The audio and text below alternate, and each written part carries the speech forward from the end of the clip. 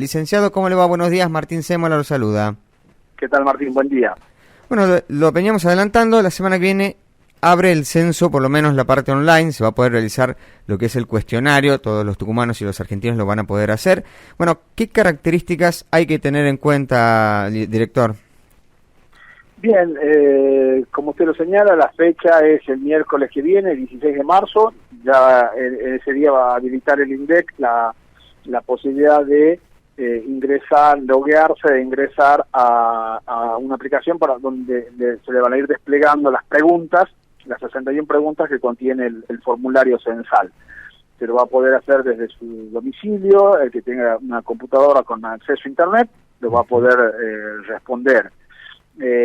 Al solo efecto de loguearse, hace falta DNI y un correo electrónico, con eso ya ingresa al cuestionario y empieza a responder las preguntas por la vivienda en la cual reside el respondente. Vivienda nosotros llamamos a la casa, digamos, claro, a la parte edilicia, ¿no? Sí. Porque en una vivienda nosotros decimos puede haber más de un hogar. Para el censo digital, entonces una primera pregunta que le va a hacer es: en esta vivienda, ¿cuántos hogares hay? Y le va a desplegar primero para el hogar 1 y luego para el hogar 2 si es que hubiera 2 hogares. Bien. Capaz que debería aclarar la diferencia entre viviendas y hogares. Estaba dado por la olla de comida, si no me equivoco. Exacto. Si se comparten los gastos alimentarios es un solo hogar. Si son por separado, nosotros decimos olla separada, sí, entonces serían 2 hogares, ¿no? Entonces, supongamos en una casa hay 2 hogares, quieren hacer censo digital, ingresan, se loguean y la primera pregunta es: ¿cuántos hogares hay en esta vivienda? Pone 2 y enseguida le aparece: responda a las preguntas para el hogar 1. Respondemos para el hogar 1. Claro. Terminado el hogar 1, ahora responda las preguntas para el hogar 2. Y va a ser el otro respondente o la misma persona responde para el segundo hogar. Licenciado, con respecto a lo que había que cargar un DNI, había inquietudes, de hecho había hasta rumores falsos de que el censo dejaba de ser anónimo y que había que cargar el DNI de todos. Eso no es real. No es real, Martín. Muy buena pregunta. El DNI no es una pregunta censal. En el caso del censo digital es al solo efecto de loguearse. No es una pregunta censal, no es una variable que se vaya a analizar. Recordemos, todos los datos primero se anonimizan, esto es, se le ponen letras y números, una cantidad muy grande, de modo que cuando se trabajan las bases de datos se las trabaja anónima, no se sabe de quién es el dato que se está trabajando. Y la prueba de esto es cuando usted entra a la página web del INDEC y descargue el formulario censal que ya está disponible, a ver que en ningún momento se le pide DNI a ninguno de los integrantes del hogar. ¿Esto por qué?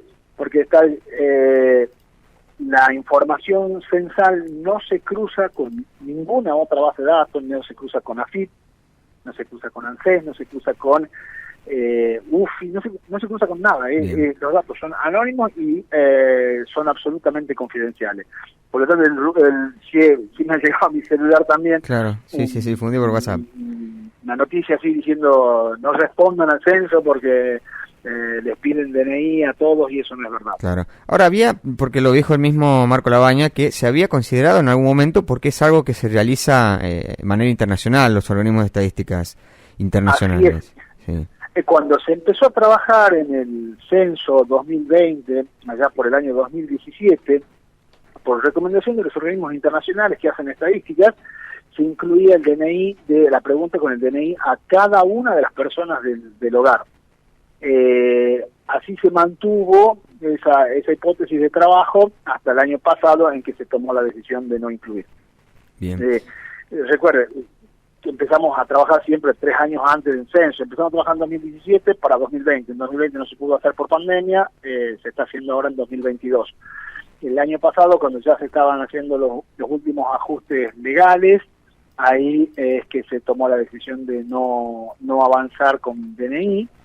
Y bueno, a lo mejor para 2030 se puede preguntar DNI. Sería un gran avance desde el punto de vista estadístico, ¿no?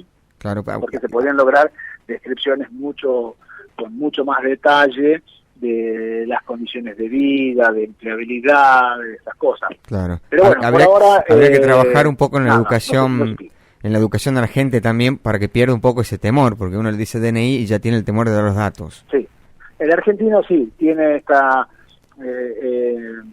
preocupación, esta inquietud de qué uso le van a dar a mi DNI, y sí, atento a ese prurito que tiene el argentino, sí. Es que se decidió no avanzar con la pregunta del DNI. Bien. Ahora, licenciado, cuando voy a cargar los datos de las familias, tiene que ser los que viven en el hogar. O sea, antes me acuerdo que era cuando llegaba el censista, los que durmieron esa noche. Ahora es los que viven en el hogar. Correcto. Martín, el criterio es primera vez en la historia de los censos en Argentina que se hace un censo de derecho. Lo que usted recuerda, hasta 2010, es que se hacían censos de hecho, o sea, donde te agarraba el censista, ahí se te imputaban los datos. O sea, si te agarraba en Tafí Viejo, aun cuando vos vivieras en San Miguel de Tucumán, tus datos se imputaban a Tafí Viejo.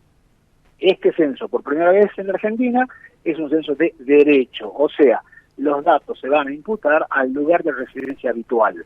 ¿Cuál es la definición de residencia habitual que utilizamos los que hacemos estadísticas oficiales? Es lugar donde pernoctas 4 noches de las 7 noches que tiene la semana, ¿sí?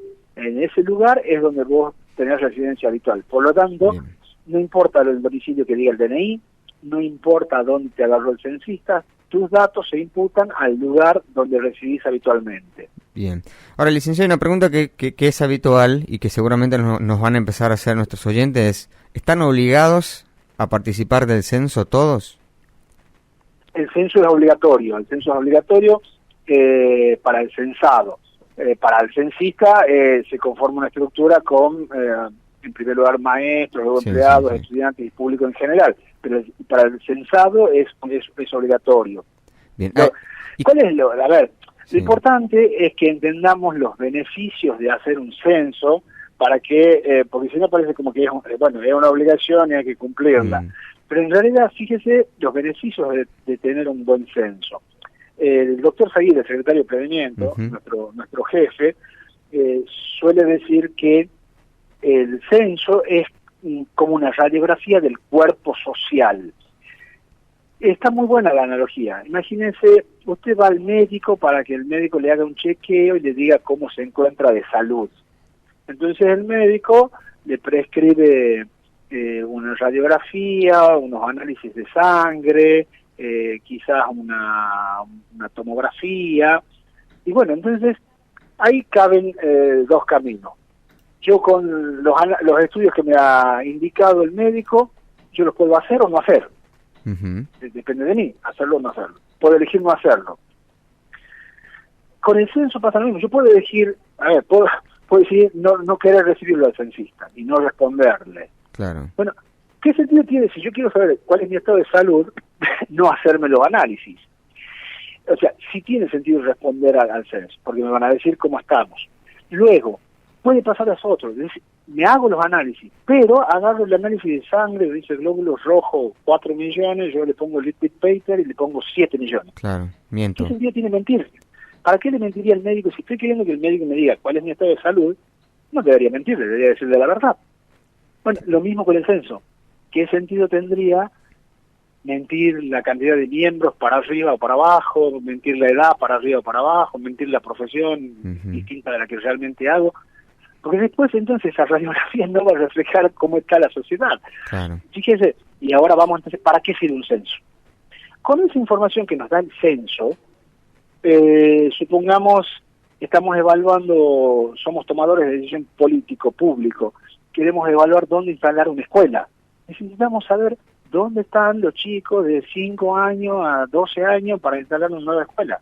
O somos un empresario que quiere instalar una empresa y necesitamos población joven, varones y mujeres de 25 a 35 años. ¿De dónde hay que sacar la información? Del censo. Claro. O sea, no tiene sentido no completar el censo y tampoco tiene sentido mentir en el censo o no decir la verdad, porque el producido de esto es para beneficio de todos, sector público, sector privado, para los académicos, para los periodistas, para todo el mundo. Entonces, ahí apelo también entonces a la cooperación de los periodistas que nos ayuden a difundir esto, ¿no? O sea, hacer un buen censo, que hagamos que el censo 2022 sea un excelente censo, el mejor censo, que todos lo contestemos, que todos lo contestemos con veracidad, y vamos a tener información buenísima para todos. Por eso digo, a ver, ¿es una obligación? Sí, es una obligación. Pero digo, no quiero quedarme en que es una obligación y punto, sino que es muy beneficioso hacerlo el censo. Bien. Entonces empieza ya el miércoles 16. Hay que recordar que si uno lo completa online, después directamente le van a dar un código que le van a pasar cuando sea el 15 de mayo, le van a dar al censista. Correcto. El hecho de hacer censo digital no me exime de la visita del censista el día 18 de mayo. Bien. Solo que cuando llegue el censista, yo le muestro el comprobante que tengo, que incluye una clave alfanumérica de 6 caracteres. El censista tomará nota de esa clave y le va a hacer la pregunta: ¿cuántas personas viven habitan en esta vivienda? Y usted tiene que decir la cantidad de hombres, de mujeres y de personas X, o sea que no se reconoce nombre de mujer. Bien. Y con eso termina la entrevista censal. Son 2 minutos. Excelente. Entonces, la verdad que bastante más sencillo cargarlo y hacerlo online, ya que tenemos esa posibilidad. Sí, para todos los que tengan la posibilidad de tener una computadora con conexión a internet, la verdad que estaría muy bueno que todos los tucumanos que tengan esa posibilidad lo hagan. Bien. Ahora, licenciado, en algún momento se dijo que faltaban censistas a nivel nacional y también en la provincia de Tucumán. ¿Se ha resuelto esa situación?